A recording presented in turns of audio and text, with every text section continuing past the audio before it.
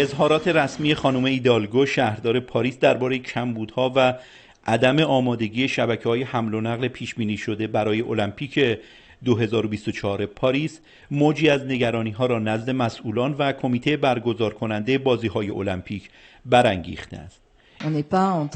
این اظهارات توسط میزبان بازی‌های المپیک پاریس درست در زمانی مطرح می‌شود که حدود 8 ماه به شروع مهمترین رویداد ورزشی جهان باقی مانده است.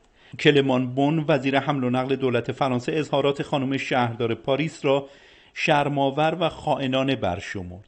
Je dis on a du travail et on sera prêt.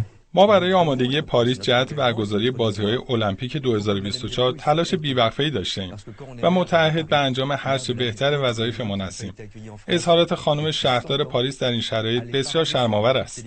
شهردار سوسیالیست پاریس در اظهارات اخیرش به غیر از آماده نشدن کامل مسیرهای حمل و نقل ویژه بازی‌های المپیک 2024 به بحران ده‌ها هزار بیخانمان و معتاد اشاره کرده که در گوشه و کنار و خیابان‌های پاریس زیر پل‌ها و در کنار مجموعه‌های ورزشی پرسه می‌زنند و هنوز سرپناهی برایشان پیش‌بینی نشده است. خانم امیلی اودئا کاسترا وزیر ورزش فرانسه نیز اظهارات شهردار پاریس را برنتافت.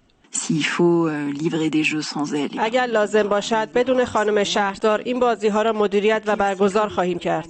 ما قوی‌تر از این نشان خواهیم داد.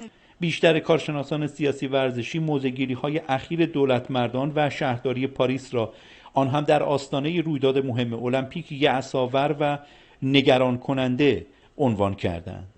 در حالی که حدود 8 ماه به آغاز رقابت‌های المپیک پاریس زمان باقی مونده، هنوز مسئولان کمیته بین‌المللی المپیک راجع به این گونه اظهارات مقامات فرانسوی واکنشی نشون ندادند. شهسوار حسینی، خبرگزاری صدا و سیما، پاریس.